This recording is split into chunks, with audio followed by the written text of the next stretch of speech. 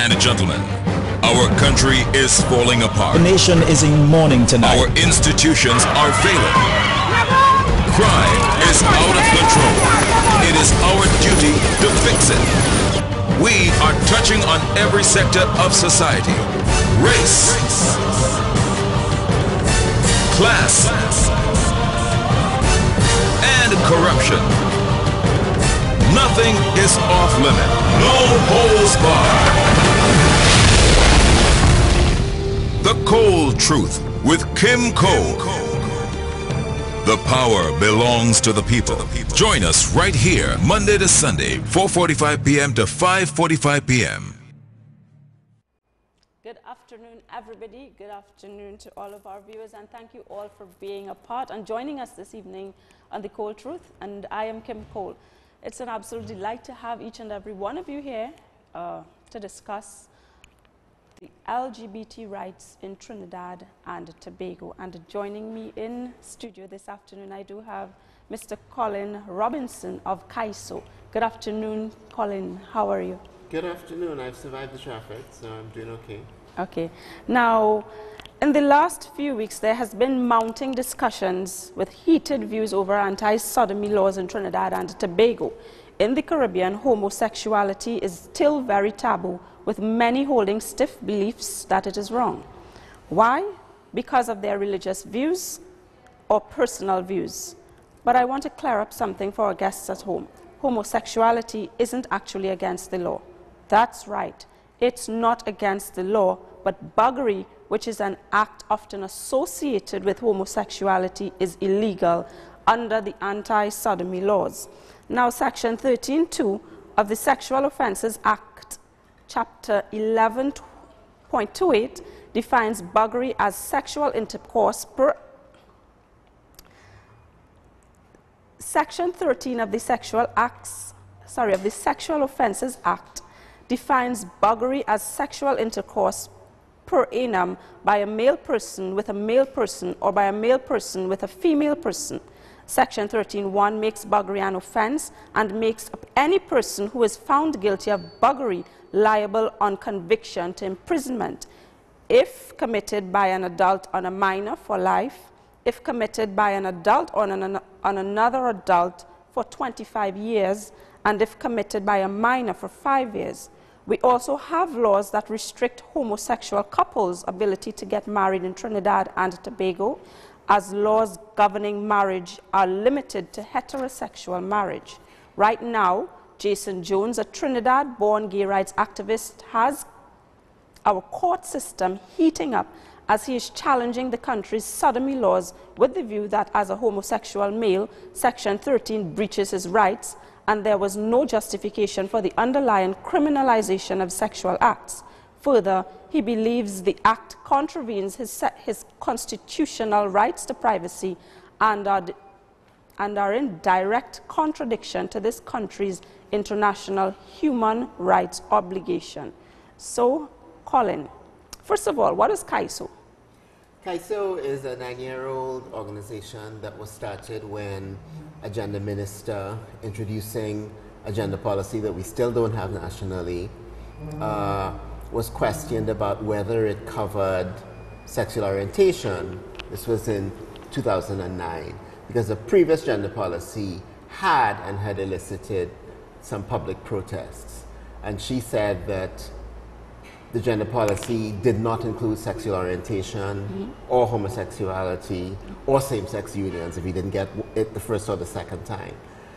That was Thursday at Cabinet. After Cabinet, we met on Saturday. It was in the paper on Friday. We met on Saturday, and we decided that we had to create an organization to include sexual orientation in national conversations, in national policy, because we were citizens of Trinidad and Tobago who'd grown up here, who wanted to live here, work here, create lives here, share the nation with other people. Now, and so originally CAISO stood for the coalition advocating for inclusion of sexual orientation. We were trying to be witty and, you know, refer to Calypso. Right. But we also work on gender identity issues, and there are intersex people in Trinidad as well, and we have done advocacy for them, and so we got rid of the sexual orientation specific thing.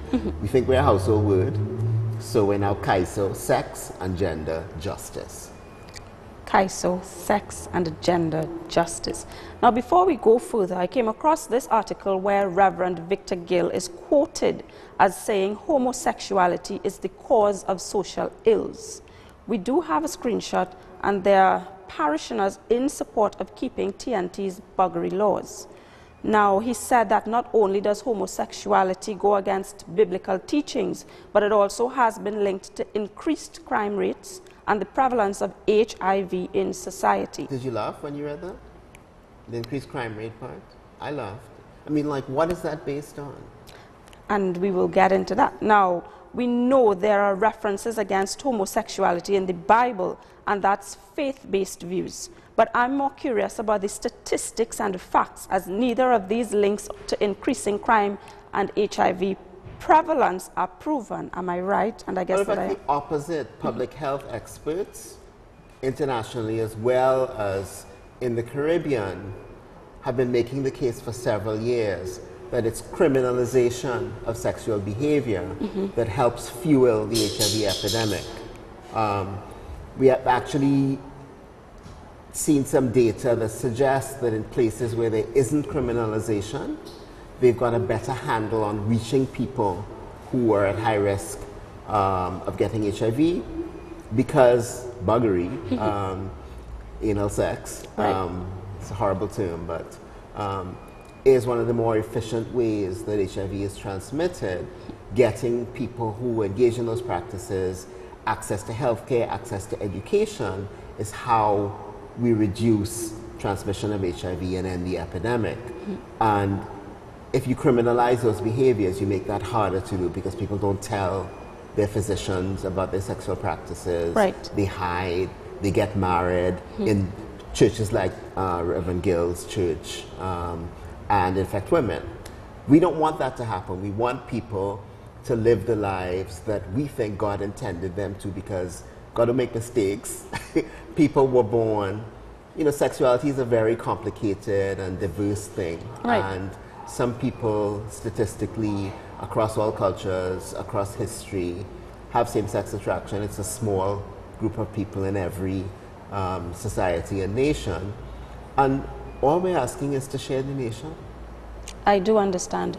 Now, the Cold Truth is an interactive program, and I will be opening my telephone lines, 622-9785 or 628-6093. That's the number to call to be a part of this afternoon's discussion. And I will advise and I will encourage my callers this afternoon to be very careful and extend a great sense of restraint or tolerance in your calls this evening, because I certainly will not tolerate, you know, any disrespect towards the LGBT community on the Cold Truth. Well, it's important to have these kinds of dialogue. I welcome the exchanges.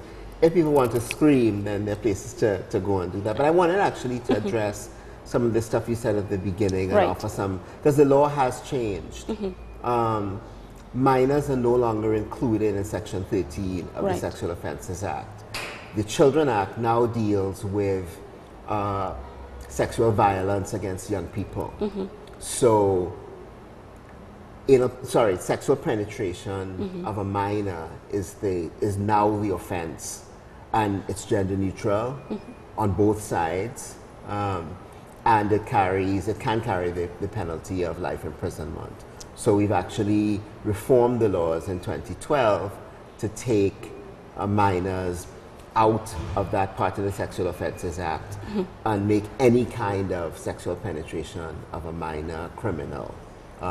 There's some provisions where uncoerced sex between young people isn't criminalized if it's not coerced. So I wanted to make that clear. But I also wanted to make clear that homosexual sex in Trinidad and Tobago is technically illegal, because there's another section that actually Jason Jones is also challenging, and Section 16. I see, and we're going to get into that after this call. Hi, good afternoon, caller. You are live. Hello, good afternoon. Hi, good afternoon.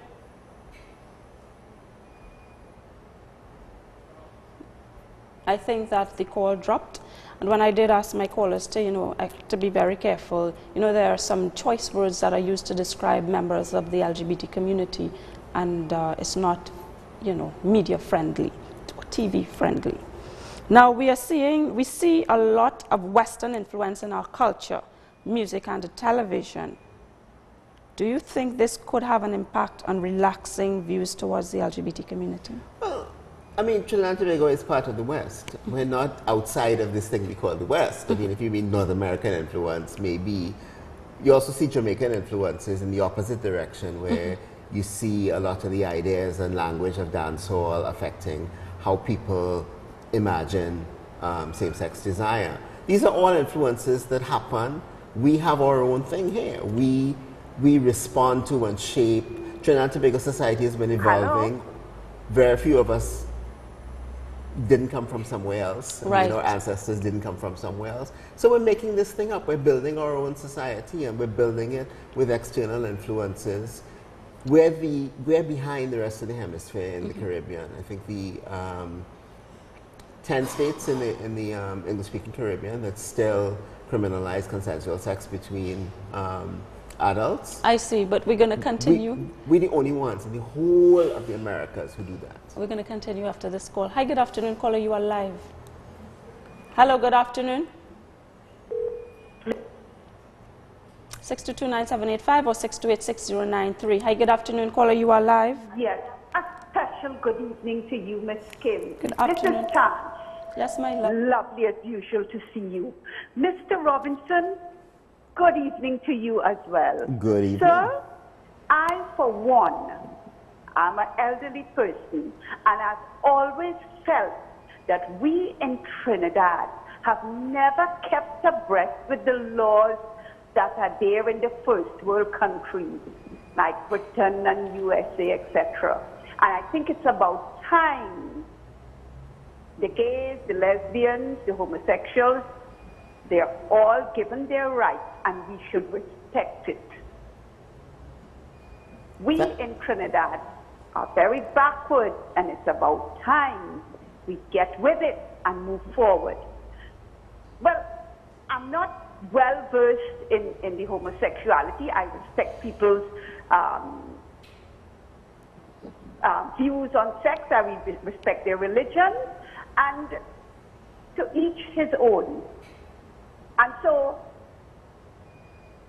you would have anybody who have their special interest, I will support, provided it is law-abiding. Ms. Kim, wonderful program. I'm locked on. Thanks.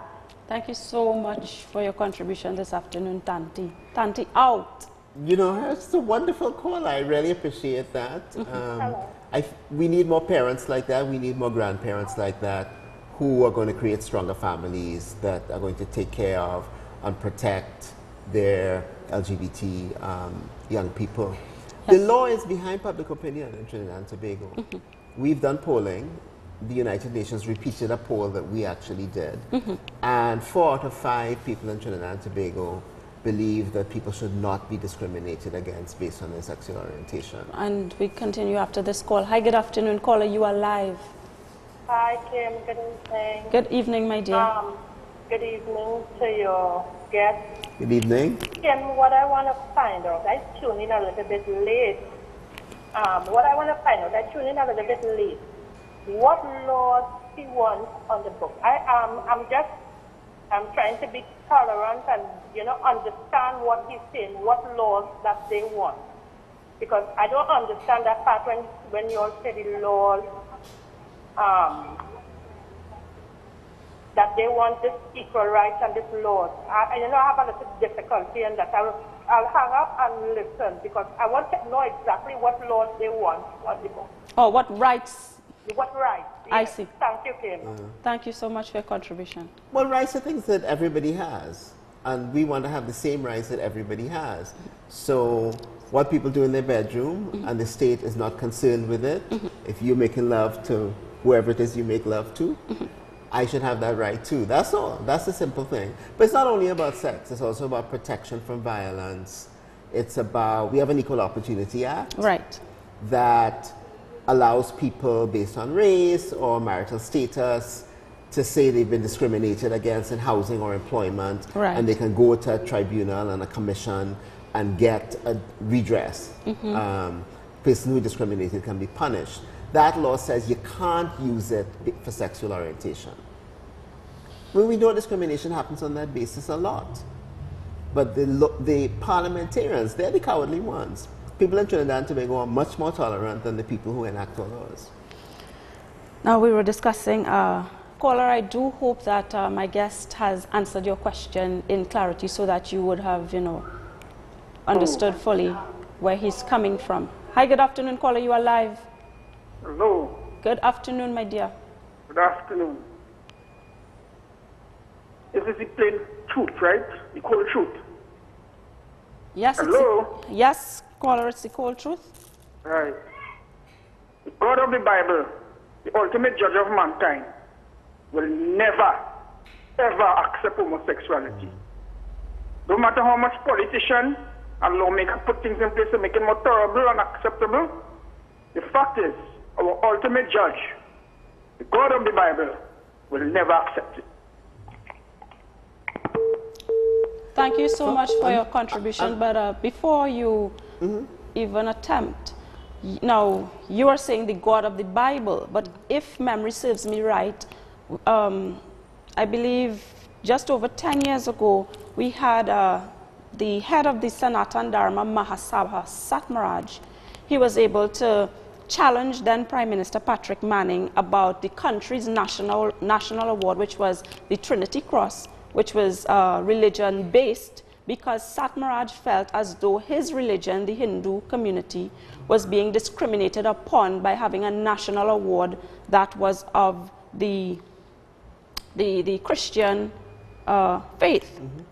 And in that regard, it is not right for you to use the Bible, which is your religious belief, and expect that everybody else must follow the teachings based upon your religion. I think the caller's truth is the caller's truth. That's not what the laws of the country should say. Because, as you said, we have different faiths here. Right. And we can't put all those faiths, different and conflicting beliefs, on the law books. We don't have laws about what you're supposed to wear or eat. Those are both in the Bible too, with the same kind of punishments people believe in the Old Testament. And different faiths have different rules. Faiths are allowed to have rules about sex. They're allowed to teach those to people who are of that faith, but they are not allowed to impose them on everybody in the nation. That's the simple principle we have to share the nation. Thank you so much. Hi, good afternoon, caller. You are live. Good afternoon. Are you hearing me okay? Yes, I am hearing you. Nice. Well, to that caller who, and to all the rest of callers that is going to call and talk about God and Bible, you answered the question perfectly, ma'am, by saying, that is your God and your Bible. Don't subject me to your rules, right? And based on that, if you want to go by that, by God and Bible, then God, if you want to go by God and Bible, then by the same Bible and the same God that you're worshiping, I have to answer for what I do. You understand? You have to answer for what you do. So you don't judge me here more plain, because the same Bible tells you that. You understand? Don't judge unless you be judged or some kind of thing like that. Judge not. The same Bible says that. Right? No, I will give you another point. You know, the same Bible preaches polygamy. Right? But I don't hear them challenging the Muslims that have 3 wives. I don't hear them challenging the Hindu religion that wants to have sex with minors. I don't hear them call people challenging people. Right? But they only know about one thing in the Bible. Sodom and Gomorrah was destroyed by fire because of homosexuality. When you read the Bible, Sodom and Gomorrah was destroyed for not having anybody of faith, any righteous people, not even anybody of faith, any righteous people. Yes, they got some people were homosexual, but it had thieves, it had liars, it had robbers, it had all kind of things, and all the sins of Sodom and Gomorrah was destroyed for. But they only focus on homosexuality, right? And that is the level of ignorance and homophobia that we third world countries and islanders suffer from. We're very paranoid about these things, but we just want to read one part of the Bible and don't read the rest and apply what we pull what we out of it to justify our moral standard. All right? Thank you so much.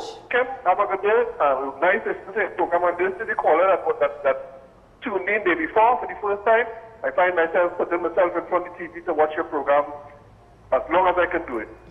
Thank you so much for your contribution and for your support. Now, just to correct you a little bit, as it relates to the Hindu community and the discriminatory, the Hindu community and their laws about sex with minors, that in itself was challenged in the recently. Well, there was a caller's point, you mean? Yes, where we we're discussing child marriage and all of that. So and that may end up in the courts as well. As Sata said that he plans to sue. I'm not sure if he's brought suit yet. He plans to go to the Privy Councils to challenge the issue.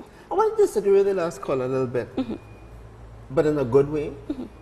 These are people who live in Trinidad and Tobago. The first elderly lady who called in and the last caller. Right. So I don't know that I agree that we are this nation of backward people. Right. I know there's a particular group of people who are committed to a certain kind of backwardness about a bunch of issues. Right. And you had images of some of them on the screen. Right. But I think that we're a relatively diverse nation where people hold a range of different views on these issues. And we need to reinforce that and not only hold the image of ourselves up as, you know, the crazy zealots who want to discriminate against other people. Right. Now, do you think Trinidad and Tobago is more accepting or less accepting of homosexuality than other countries in the Caribbean region? I want to say more. I think that it's tricky to kind of rank countries, but I think because we have to deal with ethnic diversity, because we have a certain amount of wealth, because we have a larger population, we're a little bit more urbanized, all those factors I think make us more tolerant. Because we grow up having to deal with people who are different all the time. We grow up with a lot of ideas from different places, both from within the Caribbean, from outside of the Caribbean. So I think for all those reasons, and then there's Carnival. There's Carnival when all these gay and lesbian people who live abroad and who live elsewhere in the Caribbean come to Trinidad and Tobago and play themselves. And that disruption, as I think somebody once called it, things don't all fall back in place when they go back home. And they come here, many of them, I mean, the Trinis have passports. Right. So they feel it's my country, I can play myself. Right. But they're not living here. So they could more than play themselves. Right, I understand. And I think that has been a really helpful factor in making things a little bit more tolerant. The problem is that violence happens a lot in our families, and I'm hoping that, you know, I think Kennedy was supposed to join us. Yes. And he can talk a lot about schools and families. Right. Those are the places where we want to make sure that LGBT young people are safe, because they're not. Hi, good afternoon, caller. You are live. Good afternoon again. Yes, dear. I would like to mention the fact that, because a lot of people are not thinking about this thing holistically, by what the law says, having consensual anal sex with your wife or your girlfriend is illegal. So, punishable by 25 years in prison, yes. By having consented anal sex with your wife, that would make it illegal, correct? Yes. That is what Section 13 said. The lady read it. Say that again? Yes, that's what it says. Nice. So we're saying, so a lot of people who anti this law, not recognizing that they are committing an illegal act the same people that may be indulging in anal sex with his spouse, consenting anal sex, all in good fun. Your wife like it, you like it, everybody happy. Not recognizing, and you're now sitting around and saying, keep the law, but you ain't breaking the law. But at the same time, I find this whole thing to be a sham, because I'm still asking, I've asked the question a million times, how are the authorities going to charge me, except for the cases of rape and child molestation and things? For those cases, the law is very appropriate.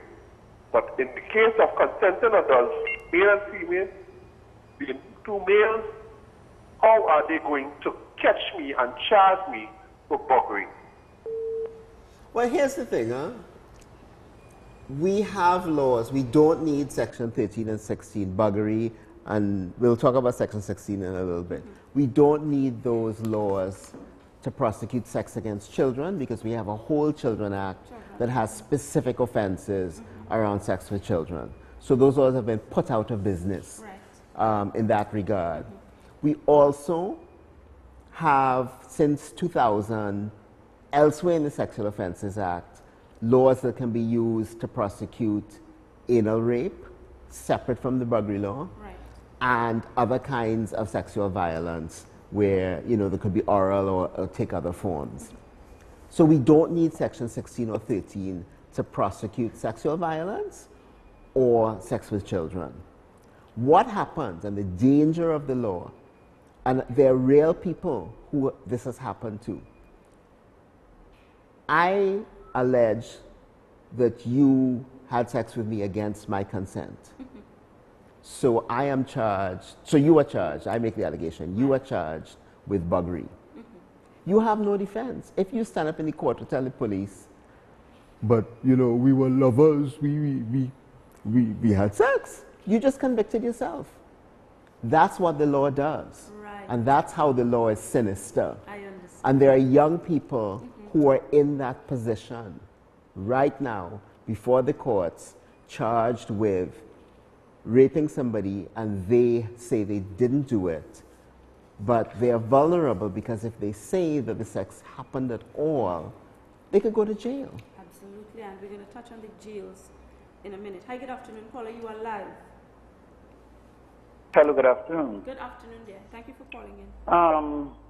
To the gentleman there, I believe that the reason why people have issue with it now, it is not to say that people did not have issues with homosexuality, you know. I believe because some callers call and give their views and all this from a religious standpoint, but I believe that when people ask for the right or demand the right to come out in the public, because what will happen is that things will happen behind closed doors all the time.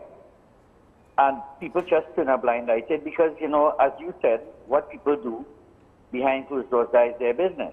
But what's happening now is when you're making up these laws now, when you try to alter the laws, where people who have a certain religious belief are being violated too, because some people would say, well, look, I demand the right for somebody to marry me because I want to get married in a church. And then the pastor would say, well, no, this is my right. I believe that I am not supposed to marry you, right, because this is my belief. So then you see now, one person's belief is being imposed on another person's belief, right? And tell me something. Let's say two same-sex parents, whether they be male or female, two same-sex parents adopt a child, because same-sex people cannot have natural-born children. So let's say they adopt a child, Right. and when they adopt this child, now the child sees them showing each other love at home, and then the child comes to school, and they try to really engage in that sort of behavior with someone else's child who have a different belief, right? All these things create problems because while it may be acceptable to the same-sex parents to kiss and to hug up and to cuddle and all this, because, I mean, they're human beings and they have feelings, so they will be doing that in their home, and the child will look at that. When that child brings this to the school now, and does that to someone else's child, it means that they are exposing someone else's child to that sort of behavior. Now, and this is why I said people may have turned a blind eye to it for years, but when it comes now into the public space, and this thing about homophobia, I think that is a disrespectful thing to people, to call people homophobic when they have a problem with something. Because I really don't believe in that. I really have different views about that, right, about homosexuality. I find that shouldn't really exist, but that's my view. But I'm not fighting you down for that. But don't tell me that I'm afraid of you having your view, because I'm not afraid of you. I am totally not afraid. So this homophobic thing like that people are afraid because phobia means fear, right? Am I right or am I wrong? Yes. Phobia means fear. Correct. Right, and that's where the term comes from. And so don't label me as being afraid of you. I'm not afraid of you. What I do not want is for my child to go to a public school and your child involved with engaging in certain behavior, right? And that will be imposing your belief on mine, right? What you do behind your closed door, brother, that is your business, right? So those are some of the things, and you can't force pastors, because once it becomes law, these pastors will be challenged, you know. They will be challenged in a court of law to marry you all. Absolutely right? not, caller. Absolutely right, and not. what they're saying is that you should go to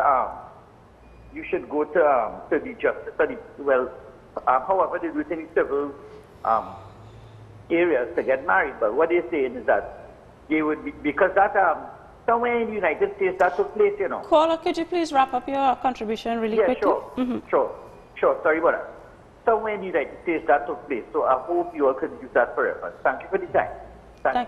Thank you for your contribution. I want to reassure the caller and all the pastors and imams and pundits and whoever I left out in Trinidad and Tobago that nowhere in the world where same-sex marriage is legal is any faith organization forced by the law to marry people of the same sex. But you know, same-sex marriage is a civil thing. It is going to the courthouse everywhere in the world that it exists. We not even reached to same-sex marriage in Trinidad and Tobago. We still fighting to get what people do in their bedroom, not to be subject to jail time on the books. So, you know, don't worry, it's not coming tomorrow. But even if it does come, no pastor is going to be forced to do any such thing. So we need to stop whipping up this fear, and that is why we talk about homophobia. Because people come up with these things, these crazy ideas that homosexuality leads to crime. That is why we call it homophobia, because it's nuts. Right. Hi, good afternoon, caller. You are live. Yes, thank you. Well, so much things to say on this matter. Where I can start. Facts are, rights are already given at birth. When a child is born, they're born with a right. It's God-given. It's inalienable. No government, no stroke of a pen, no legislator, no minister can give us rights. That's given by God. So, for a government or some journey community minister to sign a legislation to repeal or to change some moral law, it is a provided opportunity. In the case of what the caller just mentioned, when those laws are legislated, it do affect religious bodies, and it's happening all over the world. That's lies the gentleman is saying. We have evidence, and overwhelming evidence, cases before the court presently, where a baker, the baker actually was, commanded by the judge to pay $65,000 for damages. What God knows what is damages, because he didn't want to bake a cake for a gay wedding.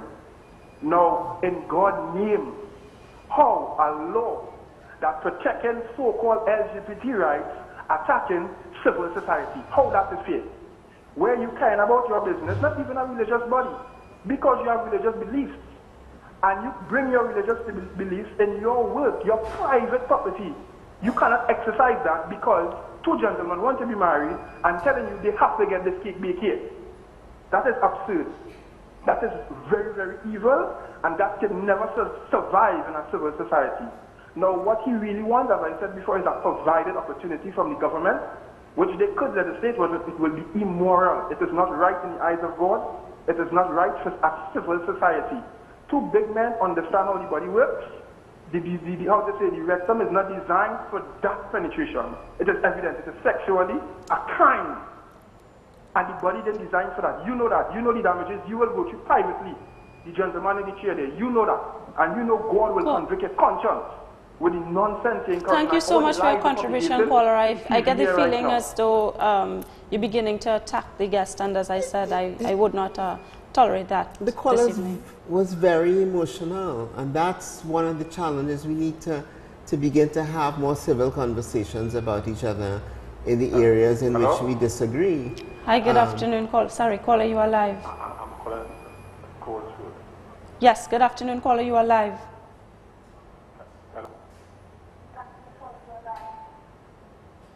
Could you please listen to me on your phone and not your TV? Hello, good afternoon. Yes, you are live. Good afternoon. Good afternoon. Good afternoon, caller, you are live. Good afternoon to the panel. We're listening to you. Hello. Hi, good afternoon. Good afternoon. You are live, my dear. Please make your contribution. Hi, Kim. This is the person that called that was trying. Right. This is the person that called earlier on trying to understand what rights he wanted.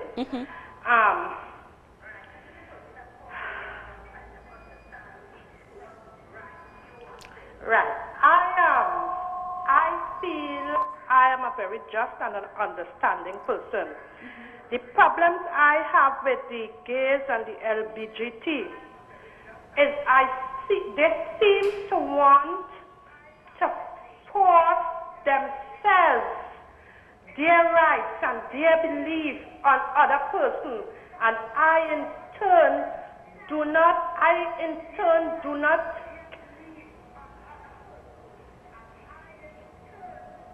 not have the opportunity to say, here what, I do not believe in what you believe in. I feel just as they want their rights, people should be allowed to have their rights. I associate with a lot of people that are gay, right? I believe what a person do in their bedroom, it should stay in their bedroom. But because you see, when we do this, we open up a can of worms. What about if somebody come and tell me that they want rights to have sex with animals? Should we put that also on the law book? Because some community says that they believe in this and they want this. By us doing that, we are opening up a can of worms. Thank you, Kim. Thank you so much for your contribution. Animals don't consent when humans have sex with them. The whole idea is that two, maybe even more than two, I don't know, I don't want to open that up, that kind of worms up. But what human beings decide, agree to do with each other sexually, shouldn't be anybody's business. But I get a lot of reference to the Bible and the biblical teaching. And that's fine. People believe in strongly. You don't have to like me. But I am aware. You shouldn't be able legally to discriminate against me, to deny me employment, to deny me public accommodation, to commit violence against me. That is what we're asking for. We're asking for the protection of the state, the protection of the government, because people do those things. Because the beliefs that people have about people like me cause them to commit violence to their children, to throw their children out of their house, to refuse to employ me even if I'm qualified, to refuse to rent to me. The Baker case is a little complicated because the idea behind the judgment was that those people were providing a public service. Right. You can't open a shop and say, I only serve in Indians. No black people could buy my roti. That's the principle in the Baker case. You know, you could disagree a little bit, but that's the principle. That And people have a right to be racist too. It's shameful, you know. But I think often, when we think about things, we don't try and stand in other people's shoes, you know. And my buddy Amilcar Sanatan, when we had the whole whining debate, asked people to whine in other people's shoes. Hi, good afternoon, caller. You are live.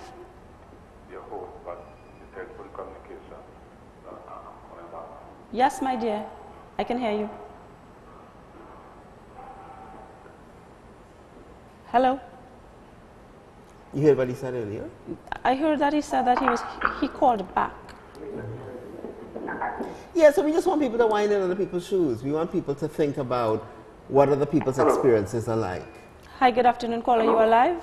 Hello? Yes, good afternoon, my dear. You're live. Good afternoon? Yes, sir, you are live? You hear me, sister? Yes, I can hear you. Good afternoon to the gentlemen.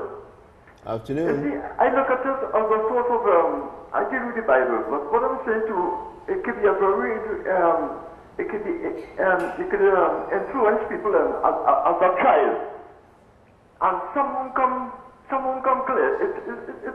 It's a thing, it's very dangerous. And that, because it can influence a child, you know.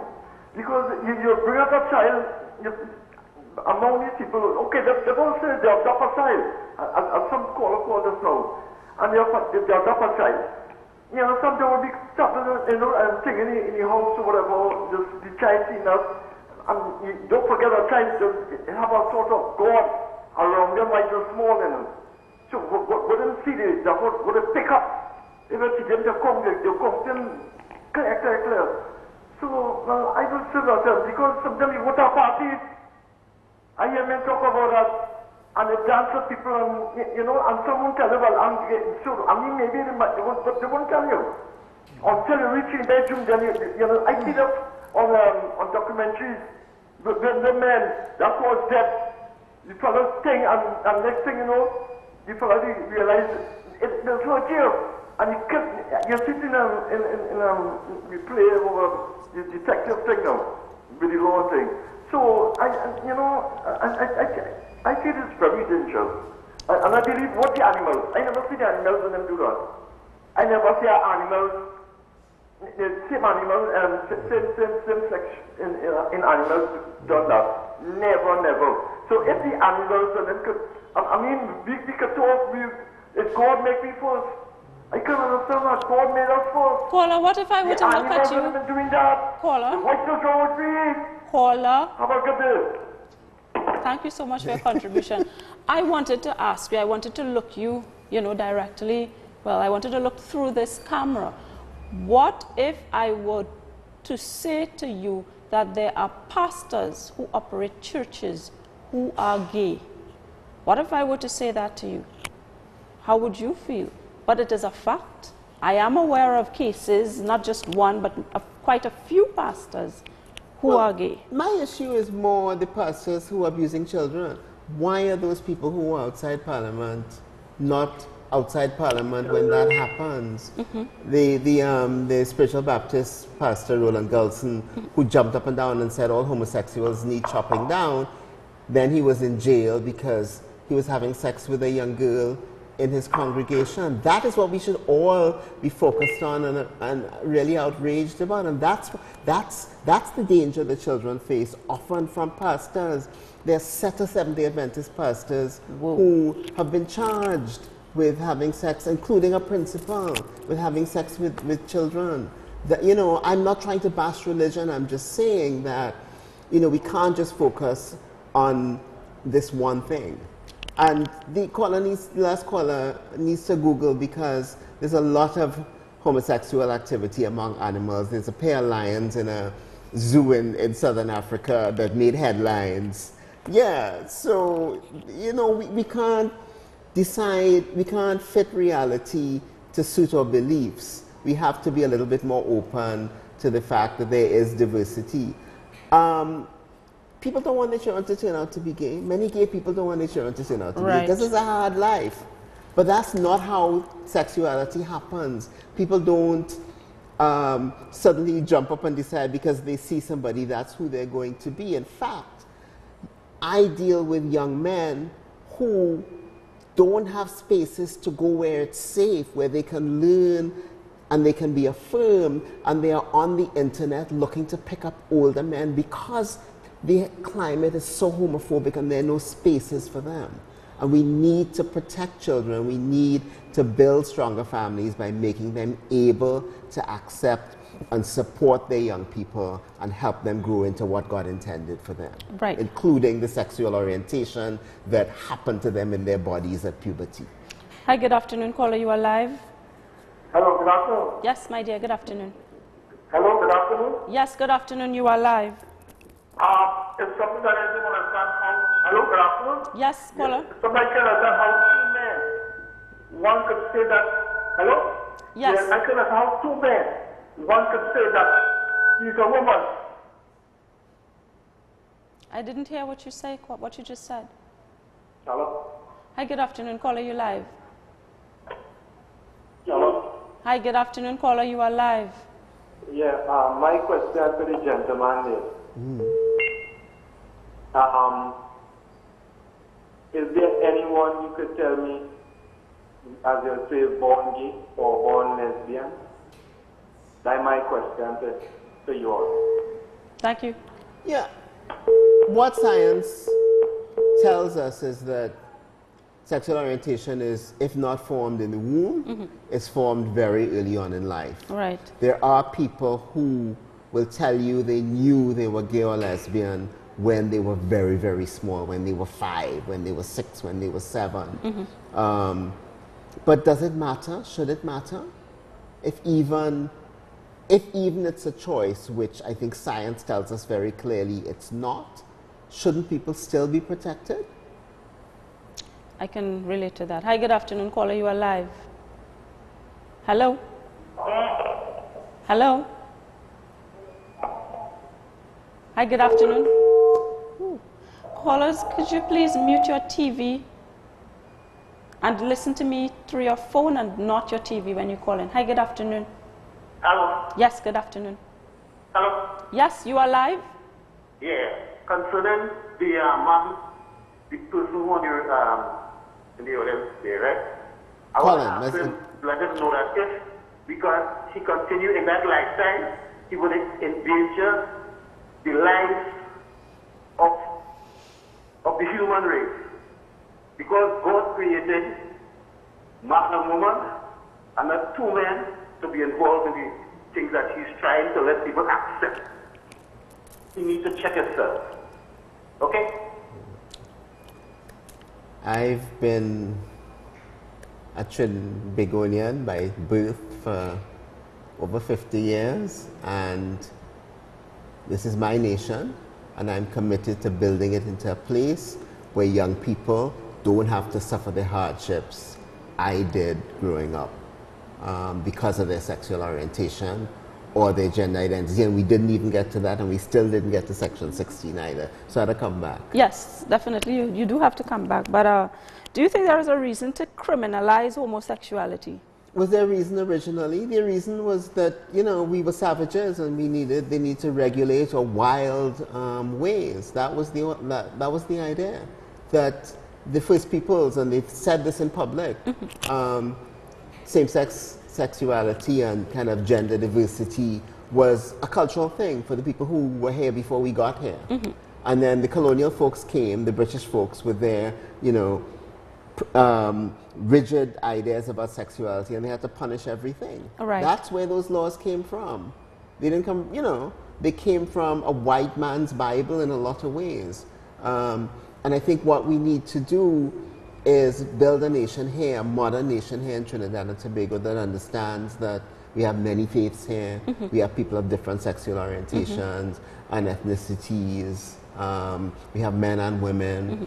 And one of our big problems is that we just cannot, you know, step into each other's shoes. So we have men killing women, we have, you know, these differences in wealth that are triggering violence. That is a problem in the nation, that we can't deal with diversity. What I don't understand is the majority, in fact all of my callers have attributed homosexuality to a man and a man, but well, lesbianism, which is another, which is homosexuality, a woman with a woman. Right. There are many people who, that is their fetish, that is, you know, their sexual desire to You mean engage. men? There are men who enjoy... To engage in threesomes with, Right, you know, two women. It's about the roles of men and women. You talked about homophobia, or whatever we want to call it, anti-gayism, not like in, you know, gay people is driven by faith. Right. It's driven by ideas about masculinity in a lot of ways. About the idea that a man being with a man is just reprehensible, but a woman being with a woman, you know, that is acceptable. Yeah. But I mean, there are also ways in which same-sex loving women are subject to violence and to rape that men aren't. So it's a very, you know. Is it more or less? I mean, I think women as a whole are more vulnerable to sexual violence than men. And often homophobia takes the form of sexual violence with women. Hi, good afternoon, caller. You are live. Hello. Hi, good afternoon. Caller, you there? Hello. Yes, good afternoon. Good afternoon, Mr. Robinson. Yes. Good afternoon. Mr. Robinson, to begin with, I want to compliment you. Caller, could you please speak up? Despite you have been kind on over the years, and I am.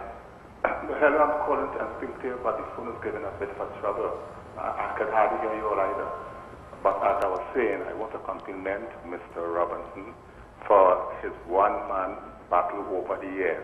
I give him full marks for being that courageous, and may continue one day to get your wishes come true. But Mr. Robinson, a question I want to ask you, speaker before me just asked the question I wanted. One thing I've always argued, whenever my friends and I get together and we discuss homosexuality, I always argue the point that a homosexual is not, he doesn't get up in the morning and say, I want to be gay. Or a woman doesn't get up and say, I want to be a lesbian. I believe that a gay person was born that way. Tell me if I'm wrong, even though you did answer it a while ago. Because if I am to believe that a gay person is by choice, I would think that that's a vice. But if they are born that way, I would believe that you all are still part of God's creation. So if you can expand a little more on that. Thank you so much. I mean, I'm not sure what more to say. I mean, I mean, Colin, we actually, we just brushed the conversation. We have now started my lounge, my set is always open to Kaiso. I do want to make one closing point if I could. We're not closing yet. I want to tell the caller that this is not a one-man show. That there are 7 organizations in Trinidad and Tobago that are committed to working on issues for gay men, for lesbians, for transgender people, for bisexual people, for intersex people.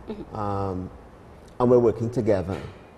There's a group that a couple of days ago launched a survey around school bullying called the Silver Lining Foundation. Yes. There's a 20-year-old organization called Friends for Life that is doing social work services and trying to deal with the problems of homelessness when people throw their children out.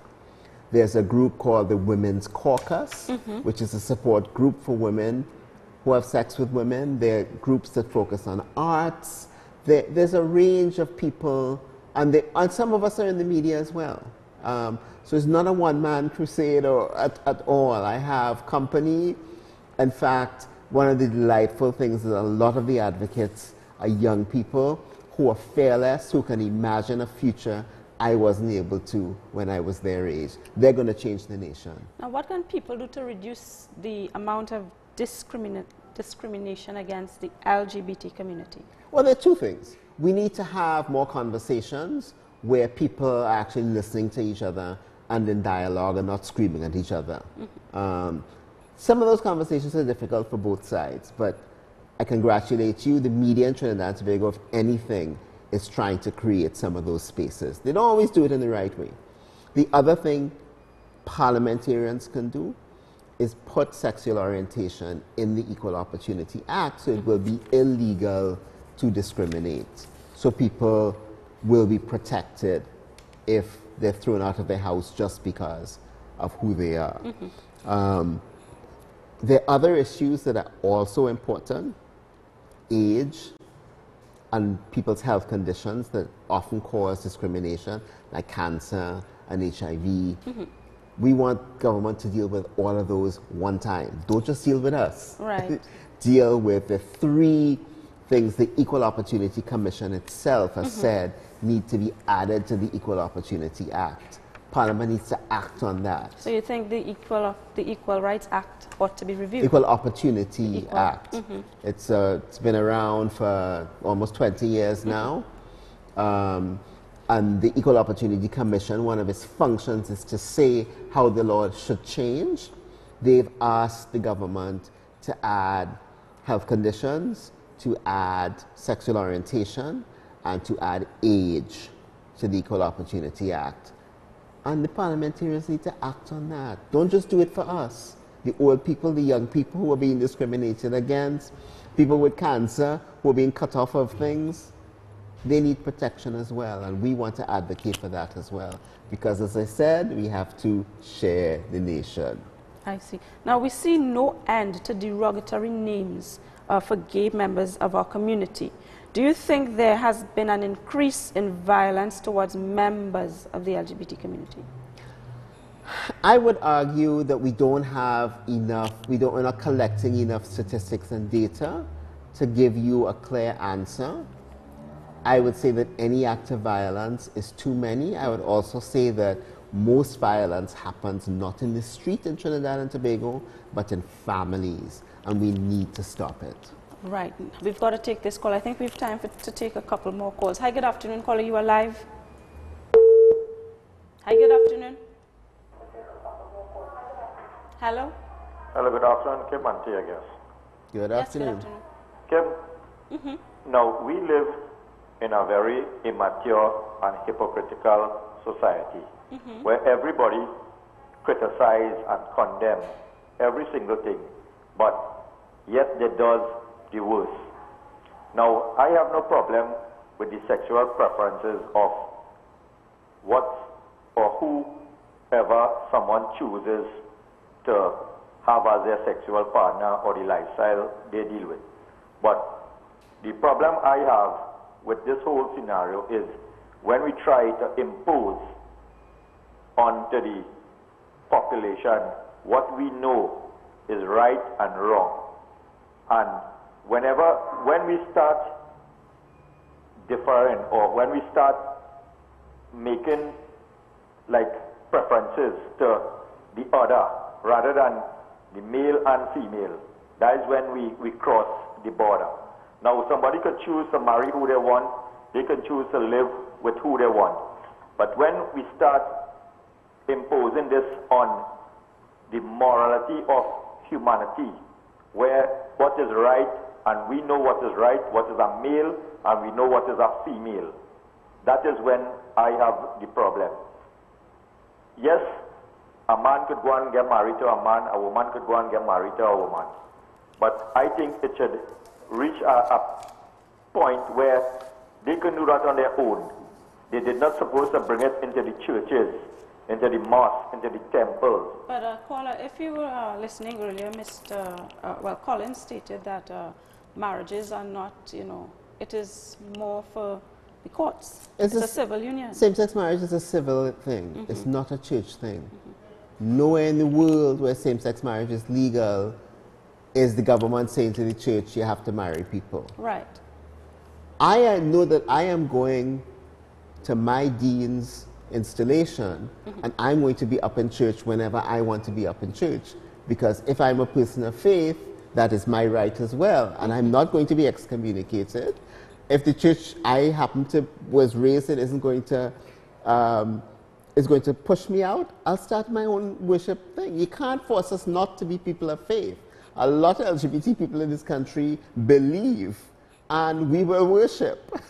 But the church is not being forced to marry us. Right. Any closing The church words? is not being forced to marry us. Any closing words? Share the nation. 3 simple words. We have to share the nation. We can't have a nation where what we want and what we think is right is the only truth. because we have all kind of people. You're not afraid to bring Hindus in your house, so they go turn your children Hindu.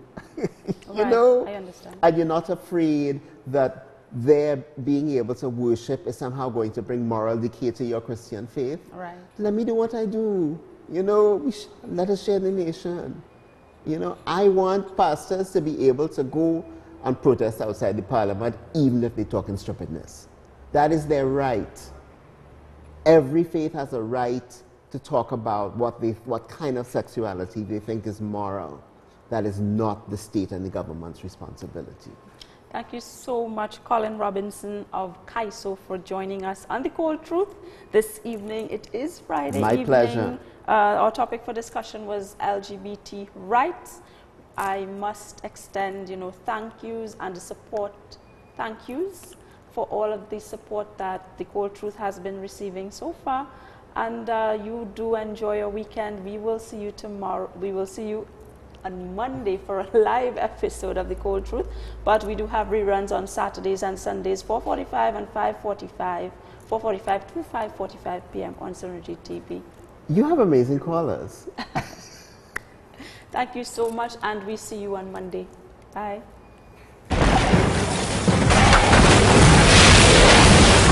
Ladies and gentlemen, our country is falling apart. The nation is in mourning tonight. Our institutions are failing. Crime is out of control. It is our duty to fix it. We are touching on every sector of society. Race, class, and corruption. Nothing is off limit. No holds barred. The Cold Truth with Kim Cole. The power belongs to the people. Join us right here, Monday to Sunday, 4:45 p.m. to 5:45 p.m.